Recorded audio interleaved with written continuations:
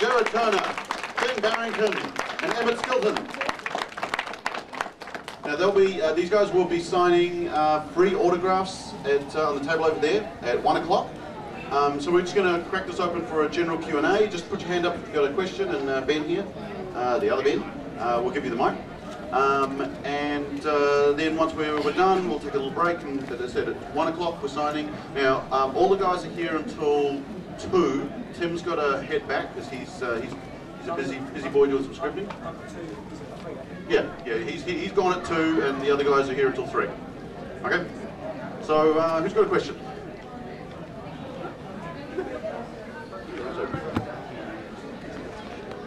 How many times did it take for you guys to do rock, paper, scissors? Oh, that's a really good question, isn't it? Yeah. Well, just once, because I just win every time. So no matter what I did, I just win. So no, it was actually quite easy to achieve. Yeah, if you're me. And we had a formula as well, so he's not as good as he says he is. So yeah. So, yeah. I think the thing about that too is the interesting thing about that is, from a director's point of view, it's how do you sell that idea, you know? And if you watch that sequence, there's one in episode 1 and one in episode 10. The camera stays on a 2-shot for a long time to sell that notion, because you could easily do that just by cutting backwards and forwards. But from an audience point of view, that wouldn't be as satisfying. So, yeah, we had a little system in place. Worked well, I thought.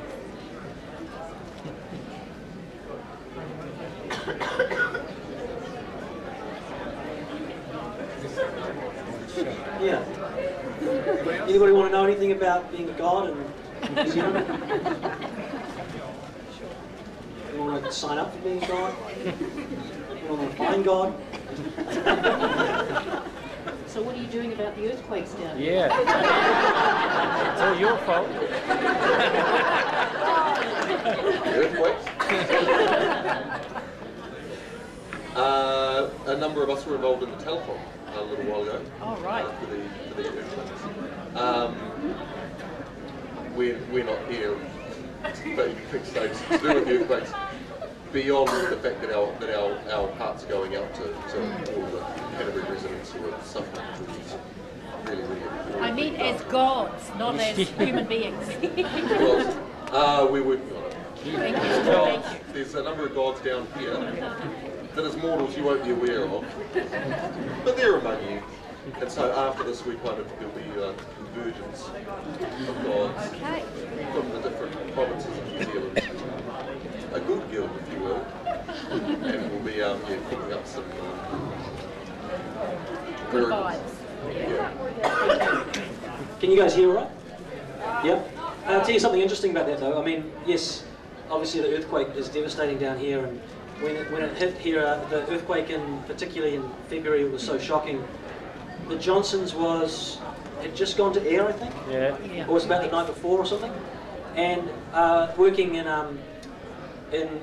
you know, making television as we do, it's bizarre how many times art imitates life. And in our first episode, we talk about earthquakes and things. And in episode 6, Ingrid the goddess, the oracle goddess, she talks about what would happen if Axel got killed, and she had this line which said something about earthquakes and all sorts of devastation, and we, as a company, out of sensitivity, went in and took that word out because we felt it was a little bit on the nose. But in the same line, she also talked about tsunamis, and we didn't take that one out, and that's when Japan happened. So these freaky things happen. Art imitates life a lot, and you can never kind of cover all your bases, unfortunately.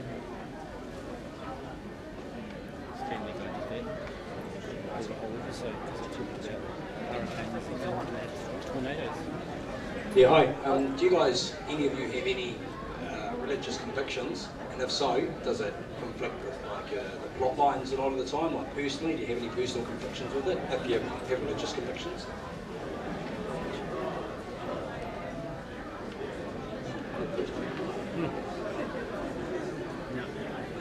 That's a good question. Jared's a Scientologist, sorry.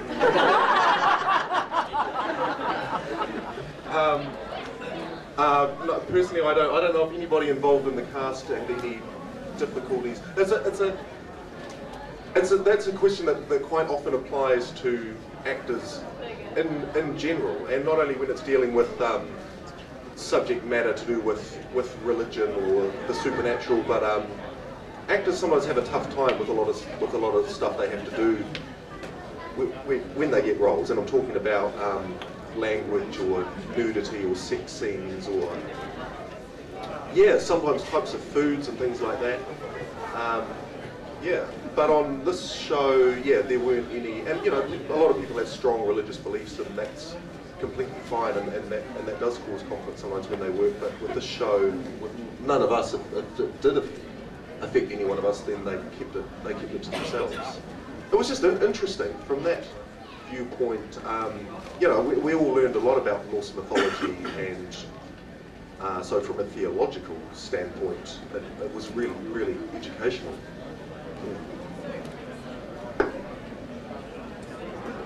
As some of you may know, our characters are from Norsewood, and the original title for the show was actually called The Gods of Norsewood. And because of there being sort of religious tones to that, it was the network that wanted to change the title. So rather than having the word gods in there, they wanted to change it to something else, and a few things were thrown around until somebody from South Pacific Pictures made a suggestion that we call it the AlmightyJohnsons, and that just seemed to fit perfect. So that was how we ended up with the title, the AlmightyJohnsons. That relates to your question. Do you feel like that question's been answered?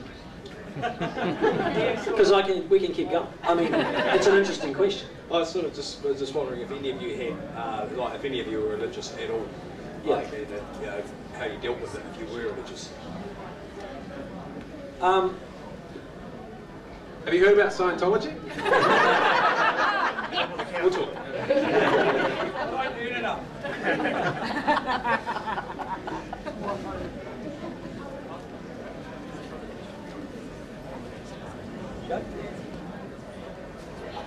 Hi guys. Hi. What drew you all to be part of this show? I think the general agreement is money. For me, it was the idea of doing something which hadn't really been done in New Zealand television, which is sort of a comedy drama with kind of a sci-fi element to it, to say that. So it was quite unique to New Zealand television, having seen shows like Go Girls and Outrageous Fortune. You know, they're pretty straightforward. You can imagine those situations happen, kind of. And then so seeing something like the AlmightyJohnsons was quite incredible and quite unique. Yeah, I'd retired actually, and because I'm so old, and I'd stopped sort of acting for quite a few years because I concentrated on writing, and I'd been writing for the Outrageous Fortune for about 4 years, and I knew about the show coming along, and I'd got involved in the writing of it with James Griffin and Rachel Lang, who created it, and I wasn't meant to be in it, so I was a ring-in, because the guy that originally got cast got struck down by a lightning bolt, and I don't know how that happened. So I stepped in, and I feel very lucky and grateful to be a part of it, because it's you know, I've been involved in quite a few local shows over the years, and this one certainly does feel really unique, and it's an enormous amount of fun to make. So we're all gearing up and ready to go for the next one. Yeah, I'm quite similar to these two, and it was a huge buzz around this show when I was hearing about the auditions. I just finished drama school in Wellington, and hearing about the show and the character that I auditioned for wasn't too far away from where I'd been, and you know, he's got 3 brothers and I've got 3 brothers in real life, so it was kind of almost a chance to play out real life on screen, but do some cool stuff with god powers and sciencey stuff, you know. So yeah, it was it was something I hadn't heard of before in New Zealand, and I wanted to be a part of it. Yeah, we heard when these projects are kind of being developed, word gets around the grapevine about them, and everyone in the industry kind of hears whispers about, you know, there's a new show that's been commissioned, or that so and so's working on, and so towards the end of 2009, probably beginning of last year, yeah, there was just sort of whispers on the wind of this new show that was going to be about a bunch of brothers who were, in actual fact, Norse gods, and so a great deal of us actors got really excited about it, and you know, and personally I thought it was just an amazing premise, and I just thought it was the team behind Outrageous Fortune, particularly the writers, and they've written a bunch of other stuff, and I just thought with that concept in the hands of those individuals, it was going to be a really something exciting and something very fresh, and it was kind of this kind of subject matter in shows and films has been very much in vogue over the last few years, as all of you will be aware. These mystical powers and vampires and monsters and werewolves and ghosts and so forth, but I just thought that in the hands of the people who are creating this, we're not in any danger of it going down a similar road. It's going to be something quite unique and something quite fresh. Thanks, Grandpa. You know that character on the show, Michelle, the tall goddess? Has everyone seen the show? Yeah. Ben actually originally auditioned for her in drag, and it was not a bad audition, and we seriously contemplated it for a little while, but fortunately he came back for the recall, and we thought maybe he'd be better as Olaf, and I think we all agree. That's a fantastic grandpa. I don't agree.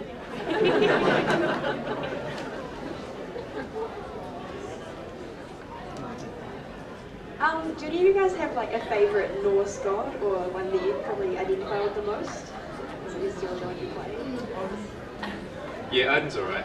He's alright.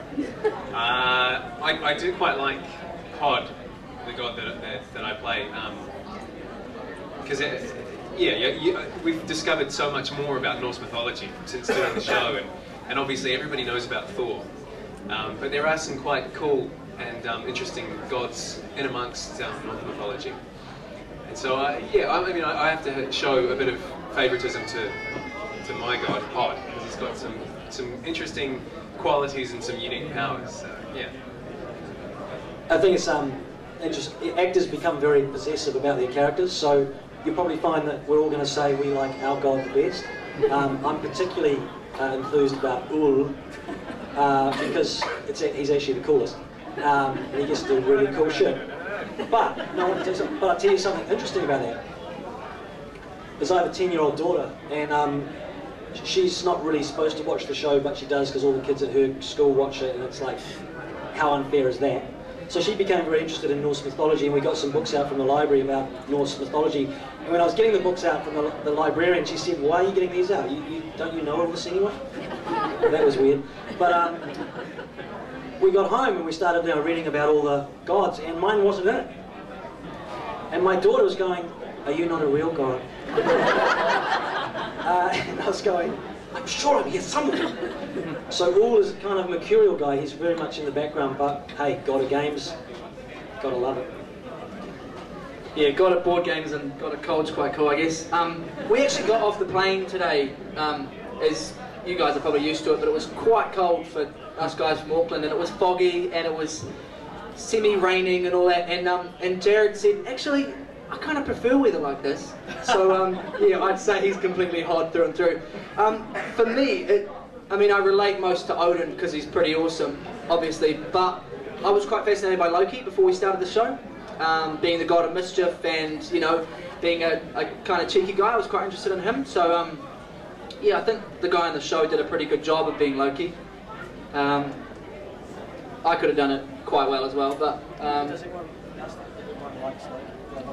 Does everyone like Loki, and do you want to see him back? Yes. Put your hands up. Tim writes the show, so...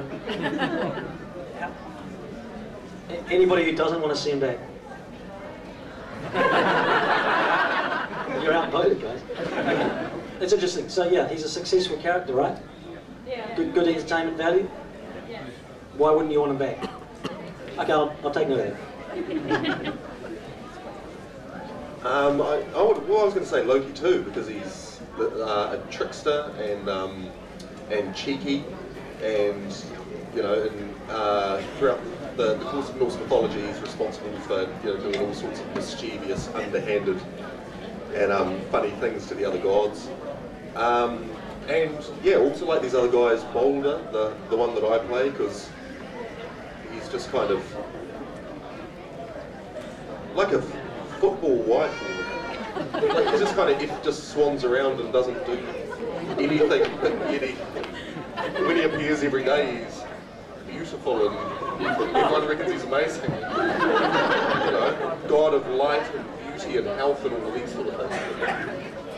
Like a housewife of Beverly Hills. So that's pretty cool.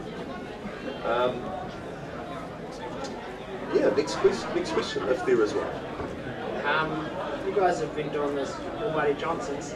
Have you guys had anything to do with any of those other shows like Spartacus, Blood and Sand, Legend of the Secret? I hear they're filmed here in New Zealand too. Have you guys had anything to do with them yet?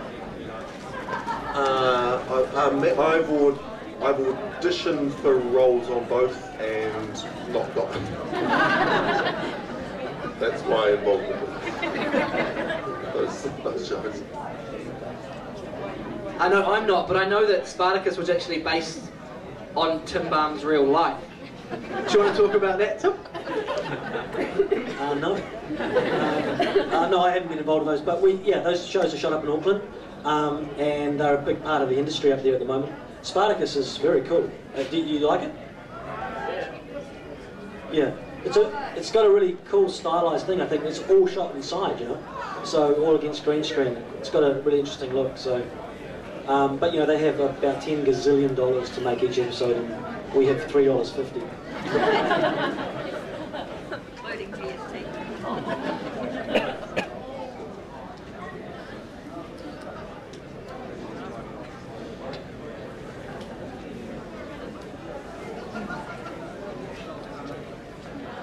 I always thought it was kind of funny that you're that really cold guy that you do the energy. I was wondering if you had any heat-saving tips for us.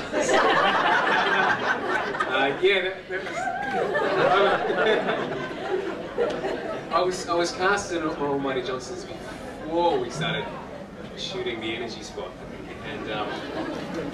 and then as developments kind of moved along, the writers.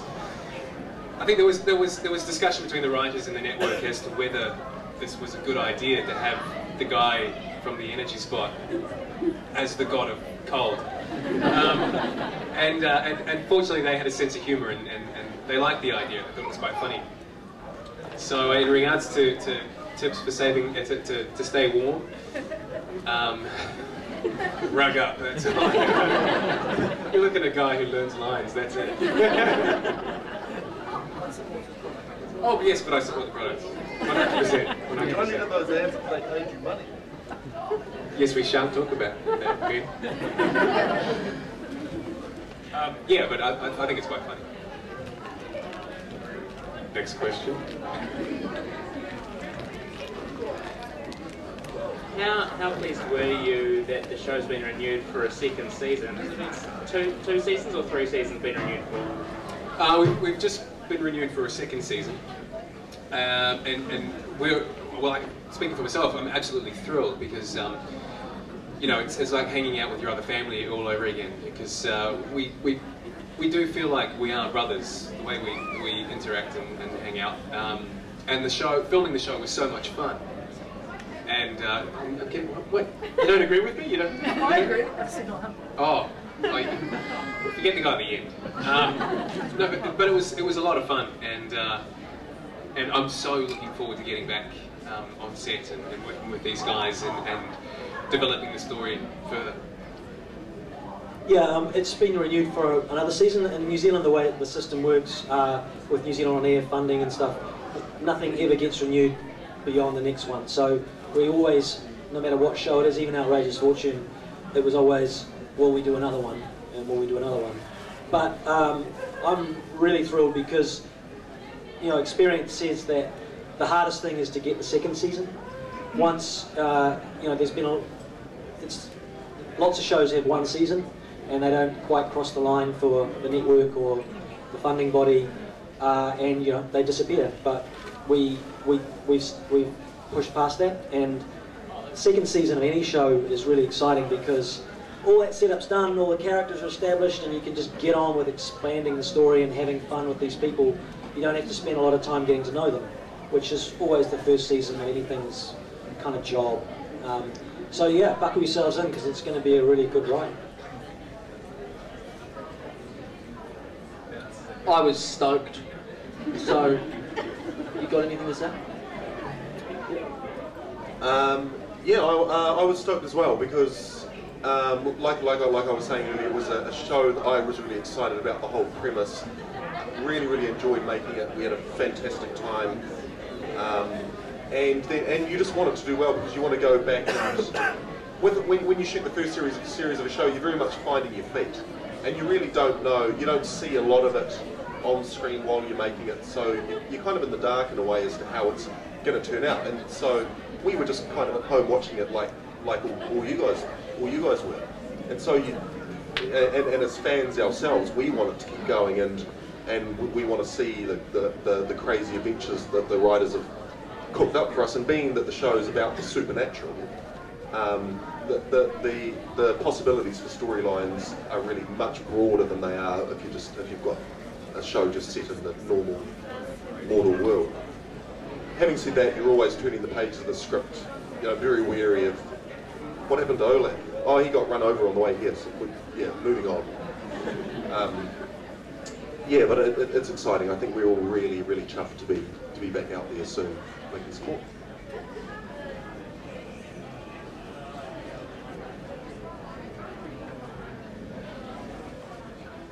Hello, I was just wondering what your favorite scene or your favorite line was from the series so far.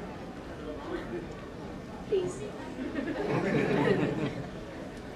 I loved throwing Anders across the room because I thought that was a long time coming, in person as well as characters. And a favourite line that constantly comes up, I find, is "Let's get Comed." A lot of people come up to me going, "Oh, let's get Comed." Yeah. Anyone else?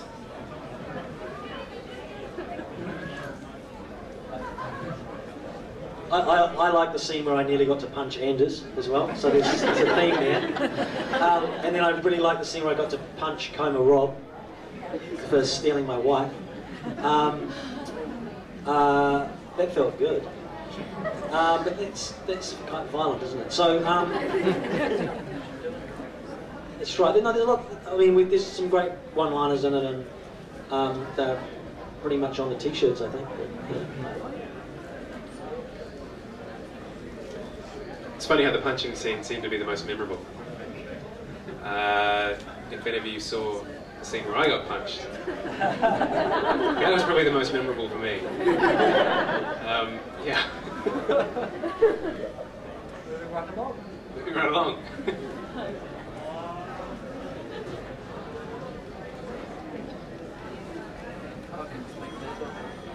Also, for me, some of the scenes that you wouldn't normally get to do in real life, such as some of the violence and like busting down a door as Axel and getting the coke back from those actors, was quite cool because it's not every day I get to do that in Auckland. So it's things like that that kind of push out of the comfort zone of what you're used to. I was really satisfied with. I love doing that kind of stuff. In episode 1, I really liked it when I threw that sword and it just missed his head, because that was like, how many takes was that? About 8 or 9. There was a couple of close ones, but that sort of scene feels good. I have a prosthetic ear now. Any other questions?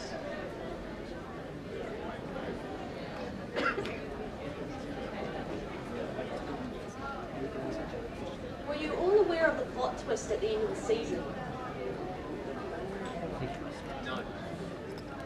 No, we weren't really aware of the plot twist at the end of the season. How the scripts work is well, I guess Tim was because he's part of the writing group, but for us other guys, we get each script 2 at a time.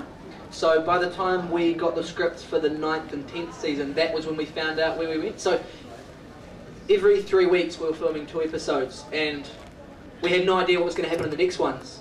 So, you know, getting those scripts that night and then reading them before we started them the following week was quite exciting, because it was telling us where we're going to be for the next 3 weeks in terms of our character and acting. But yeah, I think Anders, Dean, the guy that plays Anders, knew a little bit in advance, just from how he'd been talking to people, or from what he'd been talking to people about. But yeah, it was quite a big twist for us, and I'm looking forward to seeing where it goes in the start of the next season with that, because especially being Axel, it's going to be a big hit.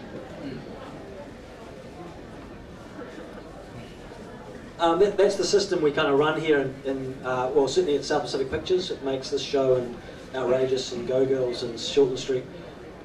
The actors get the scripts, as Emmett said, about that far out, because if you actually know where you're going too far ahead, you can start to second guess it and start aiming for something which can sort of alter your performance a little bit. So it's quite a deliberate thing. I know as an actor, when I'm just being an actor, I prefer it that way as well, because it's exciting. You get to, your life as this other person unfolds every few weeks, and you go, wow, or you go, hey, I'm not in anything. What's that about? Why am I not in any scenes? That happens sometimes. But yeah, so, and it's interesting, I think the twist that you're talking about with Agnetha was part of the grand plan, but there was talk at one point about holding it off as well. So in the end we decided to go with it, and it was a good decision.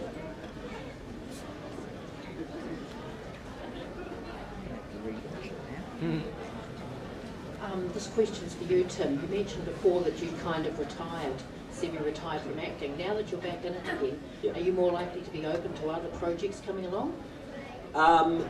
Yes and no. While the Johnsons is on, I just want to do that. Except they have gone off and done a little thing for another show that's coming out soon, just a little guest role. But because I got excited, because I was out of retirement, and I went, oh, that's right, I really do like this. But while we're doing the Johnsons, hopefully for as long as that runs, I'll focus on that, because I do have a full-time job at South Pacific Pictures in the development role there, so I'm actually quite busy anyway. I don't need to be doing any other acting work, and Johnsons is my treat. So for 17 weeks, come October, I get to play with these guys, and that's enormous fun. And then I go back into my office and cook up stuff for new ideas, you know. So.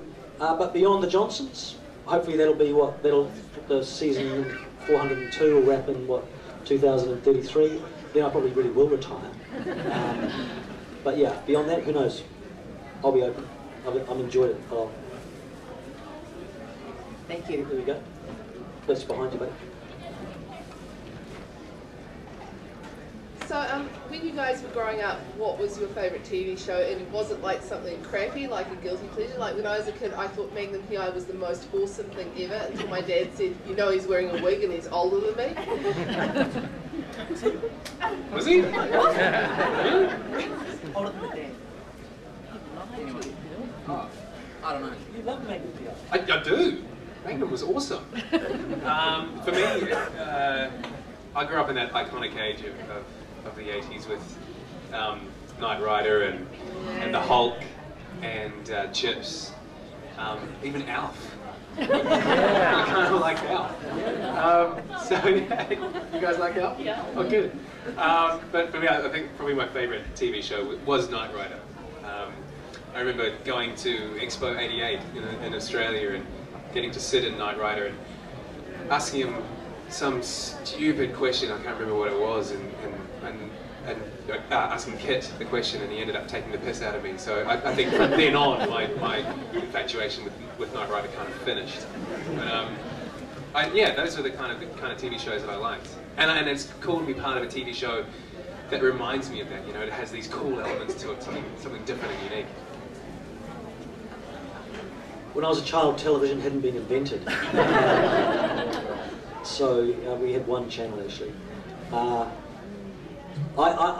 probably going to disappoint you all, but I really like MASH. Okay. Oh, okay, cool. Still watching it. And hey, high five MASH. So yeah, I was kind of that sort of stuff. I'll have another think and get back to you. I was a Pokemon fan through and through, without a doubt. But that was when there was 150, and then like 151, 152, and Mew and Mewtwo turned up. But they're a bit old. But yeah, and that was when I think I got up to Pokemon Yellow on Game Boy, and then I kind of got a bit old for it. But yeah, I've heard there's like 150 more or something, so I'm pretty keen to get an old school Game Boy and go for it again. But yeah, it was Pokemon for me. Ben, did you have TV? Yeah, I love TV. Jared and I are the same age, so I liked all those kind of shows as well. So I suppose, yeah, thinking back, I mean, this supernatural theme in shows has been around for a long time. I liked those ones. I remember being obsessed with one called The Powers of Matthew Starr, and I think it was only like, I went for like 1 year, I went for one season, and Matthew Starr was just like a guy, like a teenage kid who was mentored by Lewis Gossett Jr. But he could move things around with his mind. I remember like using the power of his mind to pick up books and hit people across the head and stuff. Like useful, applicable things in your day-to-day life. And then after that, Miami Vice was the one that, and particularly Don Johnson's character, because he was just stubble and he just had this hair and he lived on a boat and he had a pet alligator on the boat and he didn't wear socks with his suit and he just cruised around being so awesome all the time. And like when you're a kid and when you get really upset, kids get obsessed with something and they draw it all the time and they're always drawing. I would have drawn Don Johnson. Like, I know, weird. But, like draw his boat, like draw his gun. Drawing Don Johnson. Did Magnum wear was that a Magnum didn't wear he didn't, did he? He's got a beautiful head of hair, Tom Selleck. Not according to my dad. Your dad. Was your dad Jealous. Your dad's a bald guy like me? Well, yeah, obviously. Threatened by Selleck. Does that answer you? Does that answer your question? Tom Selleck, handsome man. You talked about, Tim, playing with these guys for a second season. Do you guys play on set and do practical jokes on each other?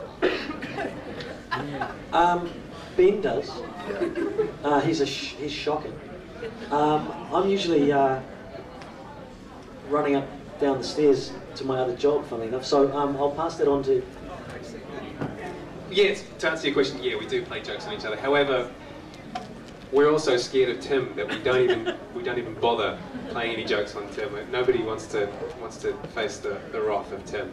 So. Get written out of the show. You get written out of the show. Your character would die in the next episode. So no, it's not going to happen. I'm not going into detail. No, we do practical jokes. Ben might be able to put it in a nice way, maybe. You got some, maybe. Do you want to show them? Not with these little ones here. No, you should.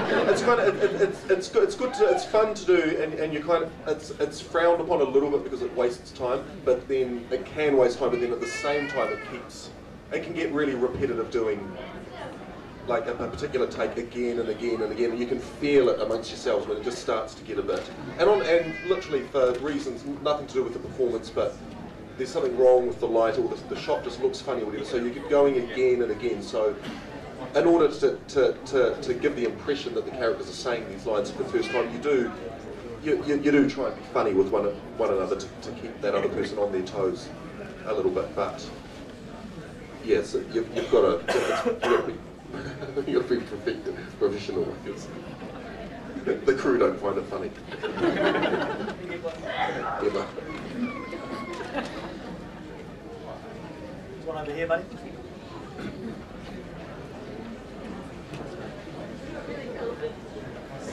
obviously you guys are doing acting, but have you ever met any famous actors in your time, or people you look up to, icons, idols, whatever? I work with Tim Balm. I went to drama school in Wellington, like I said, and we'd have a few guest tutors and people that are doing theatre at the time coming through. So we had people like Ian McKellen come through, and during Avatar we had people like Sam Worthington and Sigourney Weaver sort of pop through and that kind of thing. So yeah, I've had contact in that way, but not worked with them. But Tim, on the other hand, you know, the coolest famous person I ever met. Years ago I did a film called Brain Dead with Peter Jackson, and it went to Europe where it was released, and I went to travel around with it. And we went to a film festival in Rome, and the guest there, the special guest there was Gene Wilder. And I got to meet him. And he, like Charlie and the Chocolate Factory, the original, it's one of my favourite films. And that bit where he walks out to the gate and he stops and then he falls forward and does a somersault. Do you know that bit? Yeah. I just think that's one of the greatest moments in modern cinema. I know it doesn't sound like much, but if you look at it, you know that he did it. It's no trickery. It's just cool. It's fun, acrobatic, and cool. So I met that guy, and he was really nice. Yeah. He was on to like his 9th wife or something. Because we were staying in this really nice hotel, and he was introducing his new wife, and you got the distinct impression there'd been quite a few before. And she was quite a lot younger than him. But he's a cool guy, yeah. A couple of years ago I did a film called Underworld, Rise of the Lycans. And in that film I got to star alongside people like Michael Sheen and Bill Nighy. And Michael Sheen was a really lovely guy, and my character was sort of closely associated with him because we were both Lycans.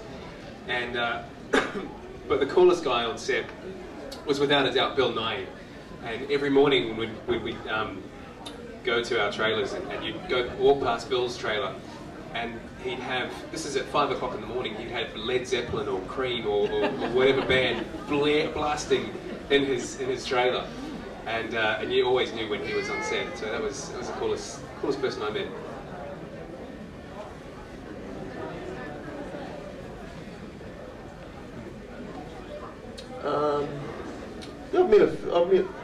Yeah, I know. I couldn't. No one particular one springs to mind. I've met a few. I worked on some big films and met, you know, some Hollywood actors. I haven't had any bad experiences with them. They've all been really, really nice. Yeah, and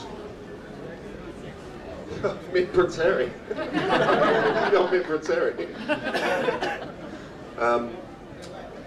Tim Balm's also, he didn't tell you this, he's also hung out with Gunnar Hansen, is that what the dude's name is? Who was Leatherface in the first, yeah. Oh, right.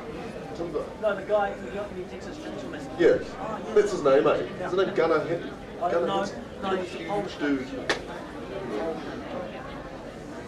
Tim Balm's hung out with that dude.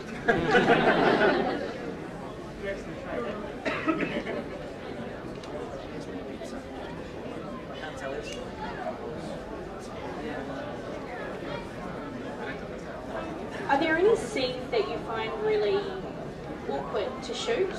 The ones where you got to do acting. For me, it's a nightmare. Really awkward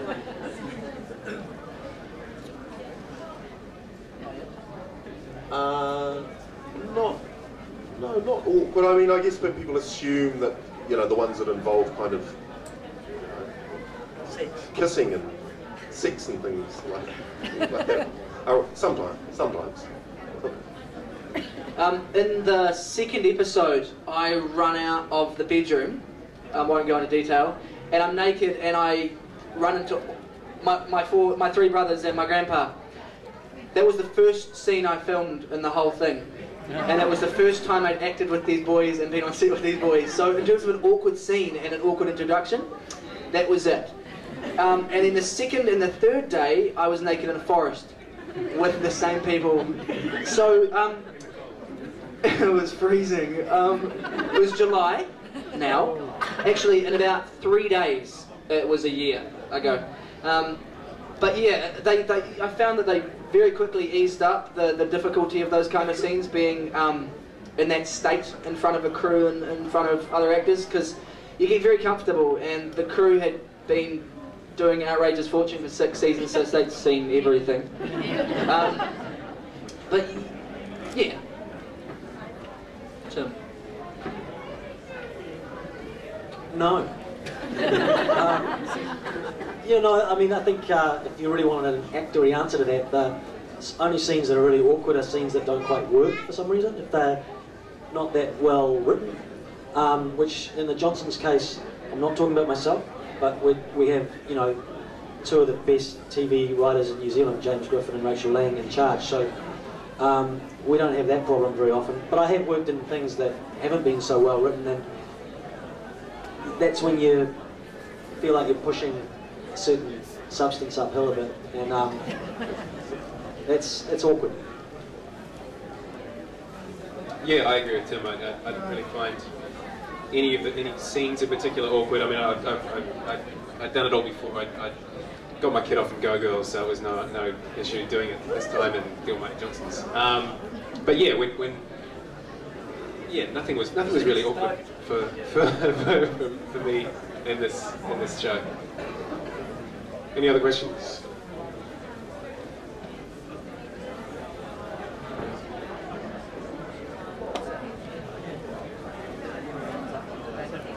Who decided that the last name would be Johnsons? That's a really interesting question. That predates my involvement in the show. I think the reason, but I'd tell you, the philosophy behind it is, or would be, that these guys have to be as kind of normal as we can think of in New Zealand. So if we were called the Bolowski brothers, that's not as normal as the Johnson brothers. And the idea is and the trick with this show was to sell the premise that gods, even if they're quite crappy gods, you know, not that powerful, they live amongst us. So they needed to sound as normal and everyday as most of us. So Mike Johnson, I mean, there's only one name I can think of which is more typical, that's Mike Smith. There's about 574,000 of them, but Johnson is simply about that. Plus, it is derived from that Scandinavian name Johansson, so there needed to be some link into that. That sort of answered that question, didn't it? Here we go. Emmett, could you tell us anything more about Sigourney Weaver, what she was like? Can I tell you any more? She thought I was James Cameron's son. I worked as a driver on Avatar towards the end of it when James Cameron's family came over, and I was introduced through him to her, and she was very bright when she thought I was a son, and then when I wasn't, she had other things to do. But no, so she was lovely though, very lovely, very warm. Thank you. How was Prince Harry, Ben? He was drunk and very warm.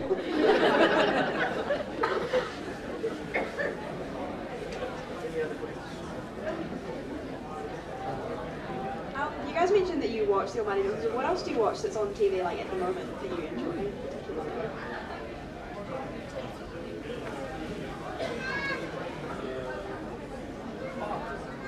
Misfits. Do you know watch Misfits? Wow, what a good show. Yep. I came across it last year, and it was about 3 or 4 episodes in.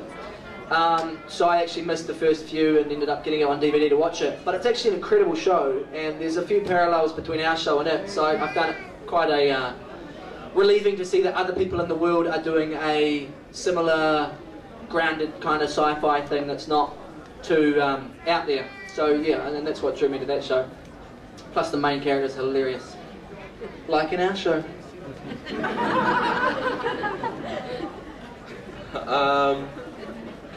God, I like all these Sky channels, but I don't really want. I'm a huge fan of the genre. I love sci-fi and horror, and you know, what do they call historical drama. But I don't really follow. Yeah, I don't really follow any kind of serial, like episodic television. The shows that I tape are like Modern Family and Family Guy, Curb Your Enthusiasm. I can't get enough of that. And then just all this kind of not Entourage. All sorts of random documentaries off the History Channel, documentary channels and stuff about like about sharks and Roman buildings and stuff like that.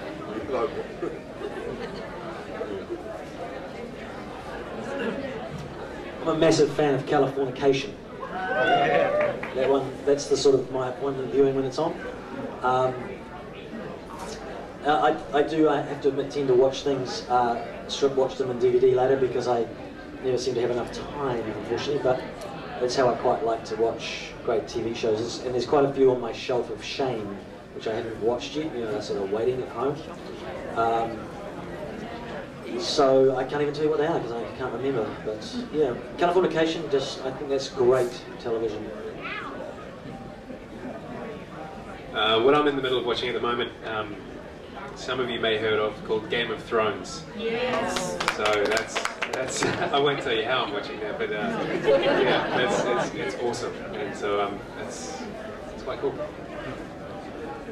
Hey, can I do a quick little straw poll? I'm just curious about something which I've learned doing this show, having been involved in Outrageous and this show in the behind the scenes level. I'm going to ask 3 questions and you just have to put your hands up. And the questions are, who liked Outrageous Fortune? Who likes AlmightyJohnsons? Is there anyone that likes AlmightyJohnsons but didn't really like Outrageous Fortune? Okay. If I ask the question the other way around, it's like, well, what are you doing here? I just go, no, it's not as many as I thought. Outrageous Fortune became such a phenomenon that I'd kind of forgotten that there were people that didn't actually like it out there. So the Johnsons, I've had people come up saying, I really like the Johnsons, but I was never really into Outrageous Fortune, which surprised me because we kind of, towards the end of that series 5 and 6, it was just going nuts. And you forget that people have specific tastes and that just because something's popular doesn't mean that everyone likes it. So that was interesting. Thanks. Shall I ask another question? No, I'm on the wrong one. Would someone like to ask another question? No,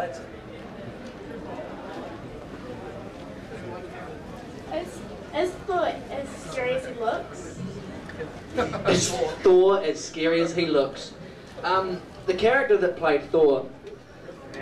the actor that played the character Thor was mine and Ben's height and about 3 times as wide, stubble, and he wore a big overcoat the first time I met him, similar to the character Thor, and I didn't know how to address him, whether I should say sir or not, so yeah, he was freaky ass. And then his boyfriend showed up. That dude's just scared. Please don't put this on the internet. He knows where we live. He's not. We're like throwing a hammer around at people and eating raw steak and stuff. No, he does emceeing and kind of theatre sports and like lots of improv theatre and stuff like that. It's lovely. It's just and funny. Yeah, it's like a big funny teddy bear guy. What I mean.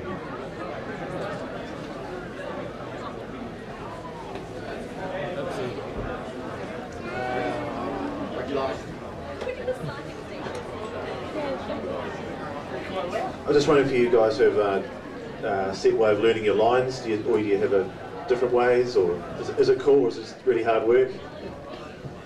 Ben doesn't learn his, he learns on the job, I guess you'd say. So, it keeps it fresh. I've found repetition works, just constantly going over it. I've never been good at learning lines, but repetition seems to stay in. Hey, there's a little Chewbacca. Yeah. Sweet. Anyway.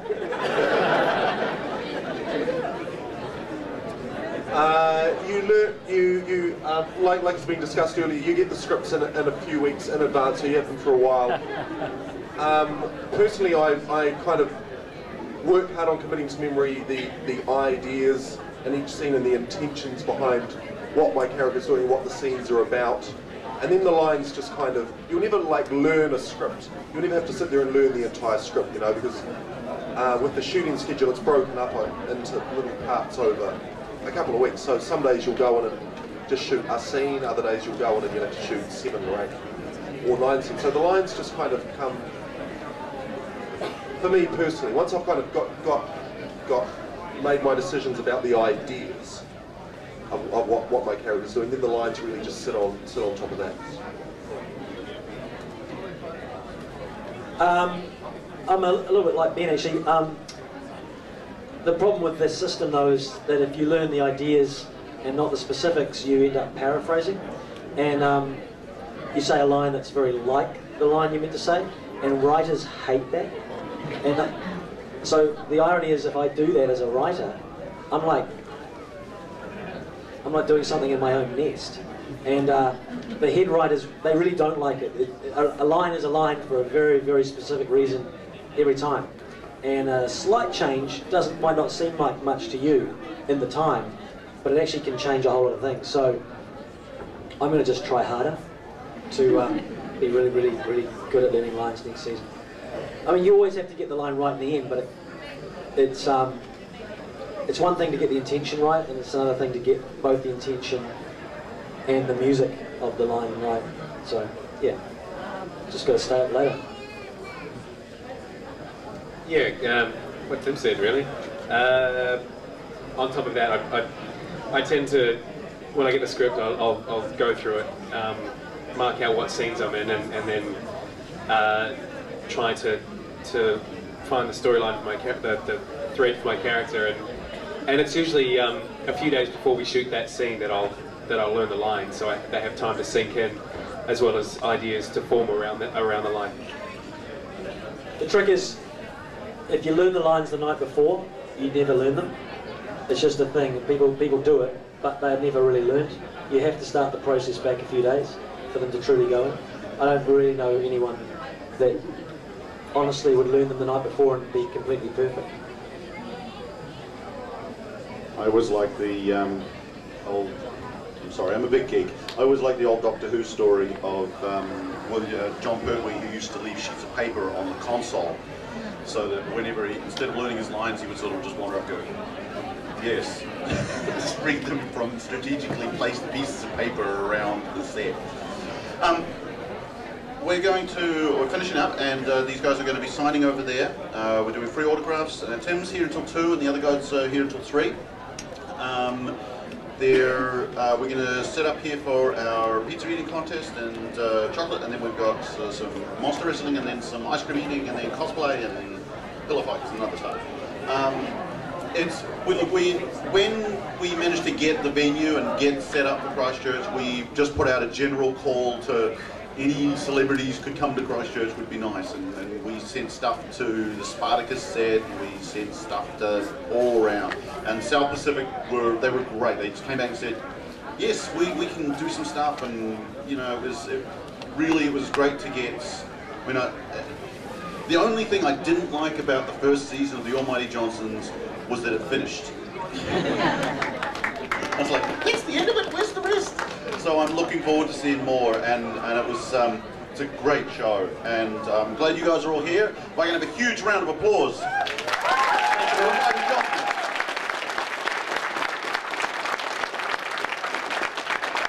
they'll be signing just over there on the Almighty Johnson stand.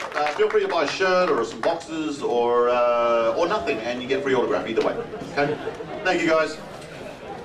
Are you going to line up? Yeah, I might.